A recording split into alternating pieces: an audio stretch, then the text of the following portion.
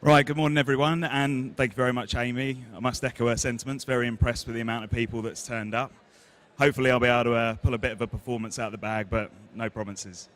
So today's presentation is on 5 priceless marketing automation campaigns for any B2B business. So before we get started, really what I want to give a little bit more information on is our mission for today. So just caveating, there's going to be a few buzzwords in here, which I will apologize for now. But we're going to demonstrate how you can seamlessly connect your sales and marketing teams to make them both more efficient through automated activities. And what this is going to be driven by is identifying the right prospects within your business database, keeping your business front of mind with prospects that you're engaged with, accelerating prospects to the point of pitch, and automating the services you provide. So supporting that high level of customer service that your business has to make sure you retain these new customers that you bring on board. So a short agenda. First, we're going to touch on marketing automation, probably one of the most overused terms in the marketing space. Really what it is, how we see it, and set a good foundation for the presentation today. We'll then move into those marketing automation campaigns and how they can benefit all of your businesses, particularly if you're in the B2B space. We'll then talk about content creation and delivery, testing, and then testing some more. And then I'm going to try and do a nice, concise summary that should leave you all walking away from here thinking, we're going to do something today. We're going to make this happen for us. So first and foremost, marketing automation. Now, it's many different things to many different people. And as I've walked around the show, I've seen the term used multiple times. And to be completely fair, it's rightly used. You might be sitting here today while tweets are firing out about your business and your presence here. You guys are attending here. You're using maybe a platform like Hootsuite. That's automated marketing. Maybe somebody signs up for your newsletter and you fire them an email saying your data's safe, we're going to be in touch with some really interesting information very soon. And maybe somebody downloads something from your website and you fire out an alert into their activity stream for 3 days' time for them to follow up. And rightfully so, this is all automated marketing. But we come at it from an ever so slightly different angle and from a technology perspective. So just to see a short sort of raise of hands, who here is using a CRM system within their business? Good deal. Email marketing? Anyone using AdWords? All right, so already we've probably seen everybody at least raise their hands once. Now, what marketing automation is, in our eyes, is bringing all of these different channels into one central database point so you can leverage every single data point that's available to your business. And as we move around here, we can see things such as Google Analytics. It's often described as Google Analytics, but with names on the numbers. But the place that we start is really the website. So I'm sure you'll all agree, being here today, your website is ultimately your corporate shop window. It's what people see first. It's where they come and do research. It's where they come and decide whether ultimately they want to be working with your business in a digital world. So the way that marketing automation starts, and we're going to just get into the technicalities, and sorry if I'm teaching people to suck eggs a little bit if you've heard all of this before, but it starts with putting a line of script across your website. Once that line of script is across the website, we do an exercise where we'll score each page. You've probably got pages where if somebody's viewing it, that's a really strong indication that they're a strong sales lead. Your information pages, we might give them 1 point, those high values are 5 points, and maybe we've got -5 points for a careers page because it suggests that they're not a genuine sales prospect.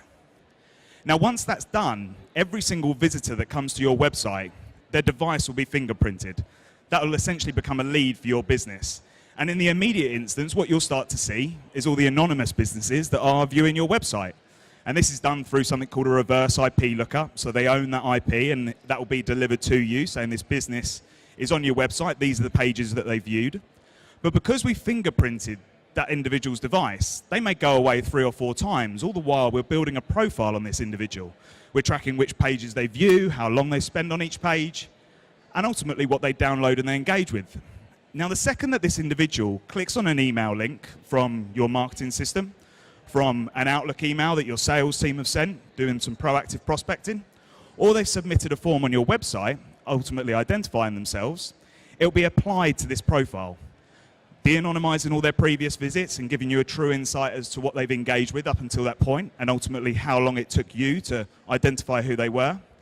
And then forever moving forward from that point, you'll know that it's them as soon as they hit your website. And your sales team will be enabled to see prospects when they get on the site, which pages they view, how long they spend on those pages in real time. And I'll get to a lead alert and what that looks like in just a second.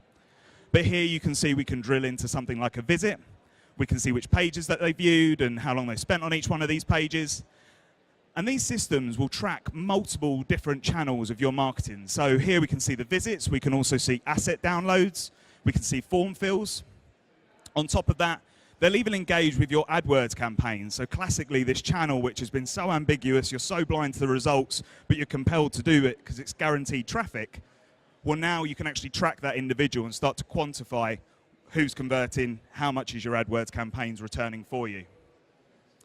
So we've got this great reference point now, which all of your sales team can have access to from your CRM systems at the touch of a button. And these lead alerts will start firing in real time as well. So the importance of this is getting started as soon as possible, because you have traffic to your sites today.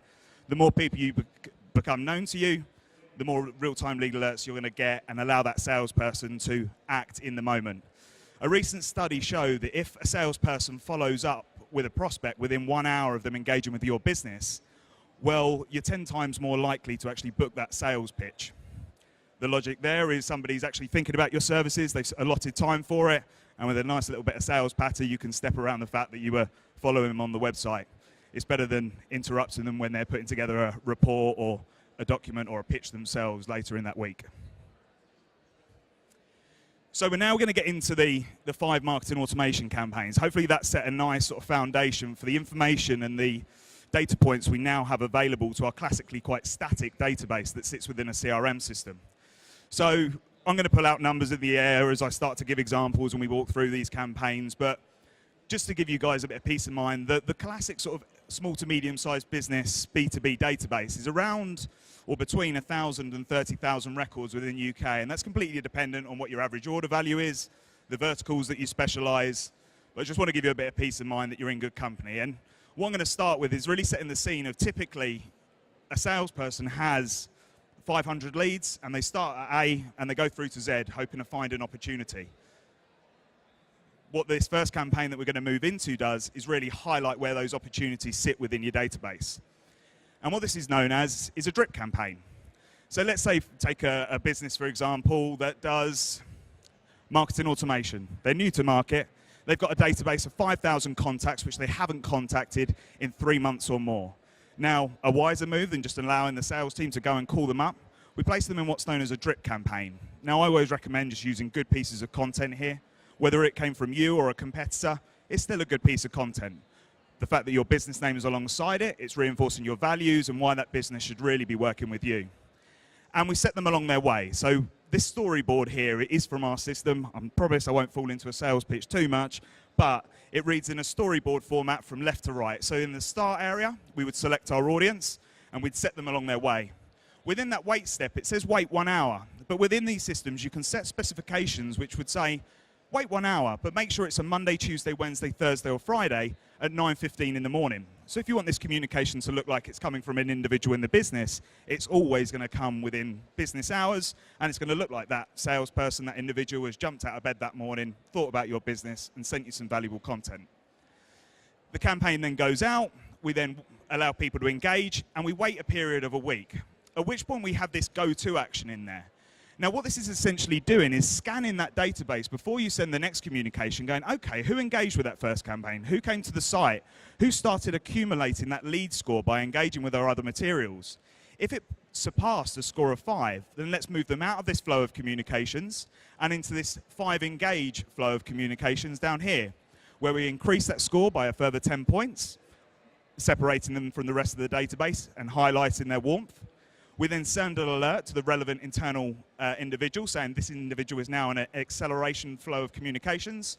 And we send them an operational email, which is possibly personalized from their relevant salesperson, saying, would you like to book a consultation? I noticed that you've been engaging with our website recently.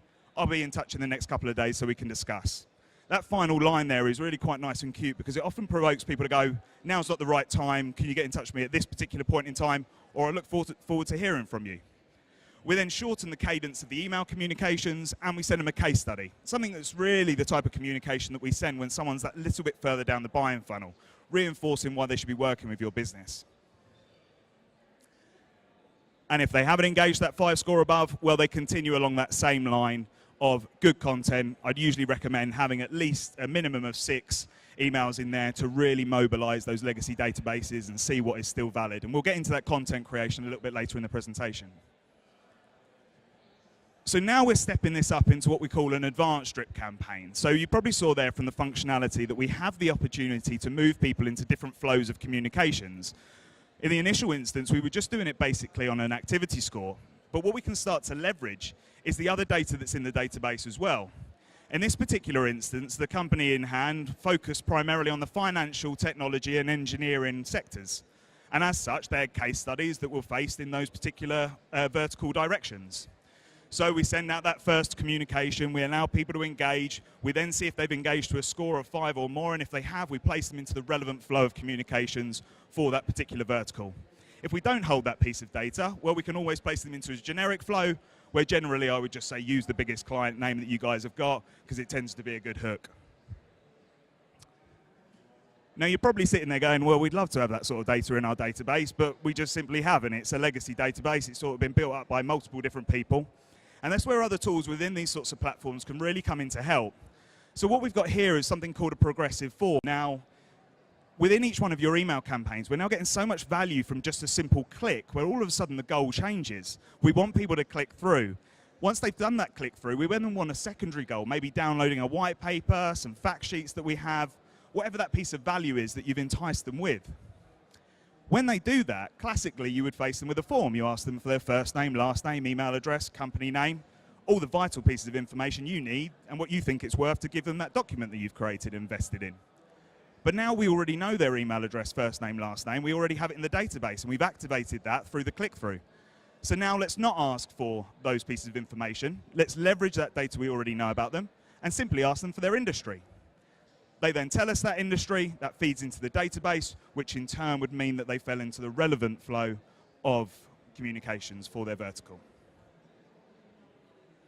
So now we've created 2 strong campaigns which will ultimately allow you to mobilize that legacy database that you have, and also when you've got your sales teams that are doing their own prospecting and don't necessarily want to pick up the phone straight away to a cold call, they can place them into these campaigns, be confident in the fact that the emails are going to be going at the right time, even if they're doing some lead searching on a Sunday afternoon. When they place it in the campaign, it's not going to go till a Monday at 9:15 in the morning, and everything's going to work as it really should. But now what we move into is a tool that really does help enable your sales team to keep the prospects that they have engaged with engaged. Now, as a salesperson myself, I would love every single call that I go into to end in someone going, James, I want you to pitch to me yesterday. This sounds fantastic. But the reality is businesses have their own timelines, they have their own budgets, and they may turn around and say, sounds great, but I want you to give me a call in 30 days, 90 days, 180. They may not proactively say it to me, but I'm certainly going to go out there to get it.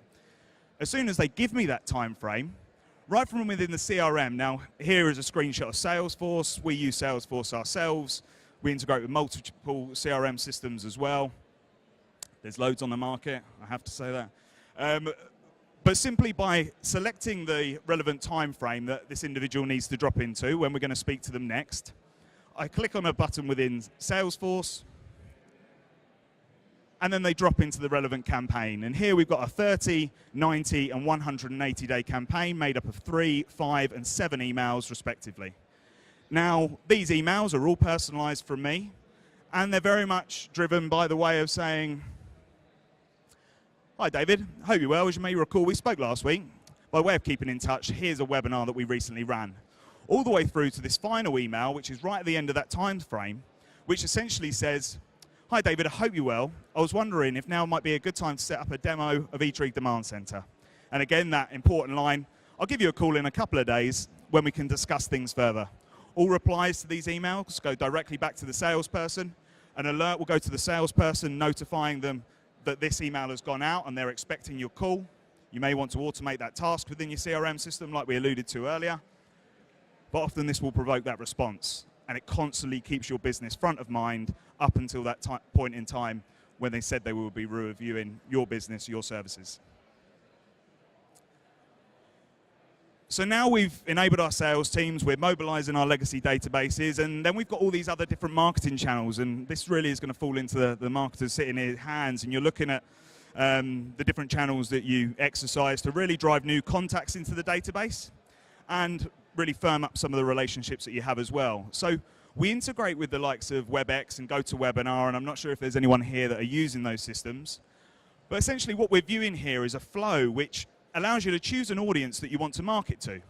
And before we actually send any marketing emails to them, because of the integration, it will detect anybody that's already registered.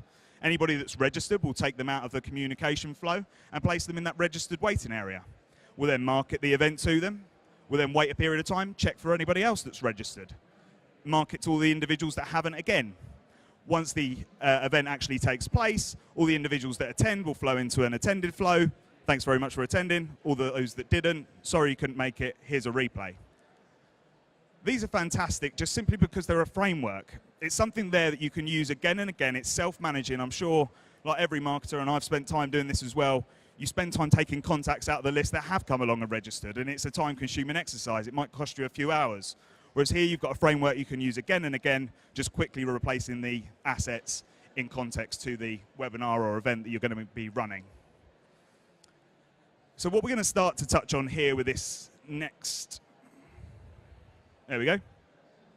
Next slide is with these campaigns as well, you can always keep a constant eye on how things are progressing. Contacts are going to enter these campaigns at different times as and when they enter your business database, and at each and every step along the way you can review exactly how that step is performing. Who's opened, who's clicked on your emails, how many people do we have registered, who attended, who didn't, and on all of these numbers you can click through, see those lists, export, do what you like with them, or just simply drive through to that full digital profile where they become very effective for the sales team as well. So now the final automated campaign, and once we've got these other ones in place, we're going to have clients on board, and I'm sure many of you here are from digital businesses yourself, and like us, what we have is a product where you essentially have to come to our website and go through some certain pages in order to log into the system. So when somebody, a user, doesn't log into the system for a period of time, well, we need to know about that. Have they disappeared from the business? We need to make sure that we're retaining that client, that money that we work so hard to bring on board. And this is where we work into something like an account management campaign. So here what we've got is just a quick flash of an offline action. And the rule that I've set, and you can see it within the copy there, is a customer has not engaged with any eTriG related material for over 1 month. Now, if this happens, what we can then do is notify the relevant internal contact at eTriG that they need to see if this person's still around, wonder why they're not engaging with our materials, the platform, whatever it may be, and then send them a nice friendly email. Here, I stole some lyrics, we want you back for good, and we haven't employed it yet. We'll get a vote on whether we should or not at the end on that one, if it's all right. Breathy. So that brings us to the end of the 5 automated campaigns, and I hope you guys have sort of seen some value in all of those. But I know what's going to be ticking away at the back of your heads. It's all well and good having all of these email campaigns going out and all of these different methods in which we can engage contacts, but the content's a big thing. You know, you're probably wondering, how can we create this much content? Is it a huge amount of work in the initial instance? Well, there's always a few tips and tricks and processes that we run through with clients that we bring on board to sort of settle them, really. And first and foremost, it's strip back your business key value propositions and look at your legacy content. Up until now, classically, we've been taught with email marketing, we want to send a good piece of news, we want to send 2 or 3 supporting pieces of news, and somewhere in there we want to sneak in that we're trying to sell them something and why they should be working with us. And we send it out. And why have we been taught like that? Well, maybe it's because our provider charges us by the email, so we feel like we need to cram all this news in, or we just want to give ourselves the very best opportunity of engagement. Well, now the goalposts have really changed, so let's take that email and let's strip it back. Let's take one piece of news and give a very specific subject line. If somebody engages with that email, well, our sales team is well within their rights to assume that that individual, and marketing teams, are well within their rights to assume that that person's interested in that particular topic. It gives us a good direction. We then move to the second piece of content and the third piece of content. All have their own individual emails, because now the goal is the goal of the email is really to get that click through, because it gives us so much more insight into what they've done before, and more importantly, when they come back in the future. We then got our key value propositions. Now, we've got 4 on our banner on the stand round there, and what we recently did was, right, okay, let's take these 4 key value propositions, let's dissect them down, let's create some campaigns that talk about them one at a time. All of a sudden, we've got 4 more content emails with a mini case study and maybe a white paper sitting alongside each of them. And then couple that with some operational emails that look like they're coming from the sales team. I noticed that you received some content about X and Y recently from our marketing team. Is now the right time for a call? All of a sudden, we've gone from 1 email to maybe 10 to 12 very quickly. And this allows you to ultimately create those campaigns, start mobilizing that data, and really identifying the prospects that sit within your business database. So the content itself, and we touched on it there, it really does have 3 primary factors. It's the voice, and this all comes from your business, what you're about, how you communicate with your particular businesses. It also ties in quite nicely with things like the design as well. So are you going to send operational emails because you primarily communicate with C-level executives who are much more engaged with an email that looks like it's coming from an individual? Or are you going to use something like a HTML email because actually you engage with marketing managers or marketing executives that are actually, I quite like the idea of this, I love the design, we're going to steal these ideas. So ultimately they engage with that content. But you've really got to look at your audience, everyone's different, and more than anything, test and try these things.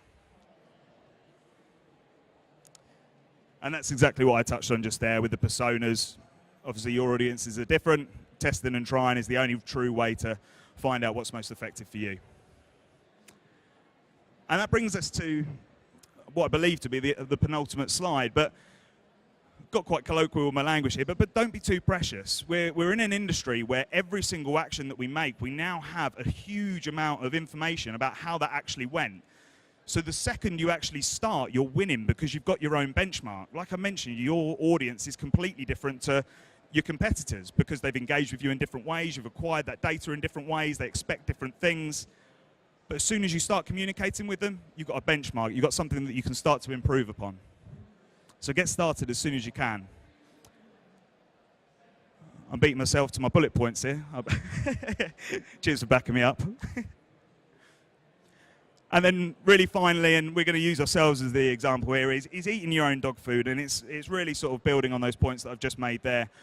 When we first started marketing to the UK market, so eTrigue, I'm not sure, I didn't really give much of an introduction to us. We're a marketing automation platform, believe it or not. But we only really launched in Europe from April this year. And we had a legacy database that had been built up through various means. And we had a business, our parent business, ultimately created a hell of a lot of white papers and great content. So we started mailing people with these white papers and great content. And the sole goal of the email communication was to get them to come through and download that piece of content. And they did. They came in absolute reams. They started downloading the content. But we would start following up with sales calls, and nobody knew what eTrigue did. They were going, oh, yeah, I've seen your white paper. I haven't had a chance to read it. Can you send me through some information about what you guys actually do? We're like, okay. So we switched to that tack that we spoke about just a moment ago, stripping back our key value propositions, creating a mix of the content. And now the more active and engaged members of our database are picking up the phone, and when we speak to them, they actually have questions. How do you differ to X competitor? The fact that we're now sitting alongside X competitor, brilliant. I wanted to piggyback on the sort of people that are talking to them. So in summary, like I said, I try and keep it as concise as I can. Think big with these things. Start now and just scale as quickly as you can. And that's the end of the presentation. Is there any questions? We're short of time.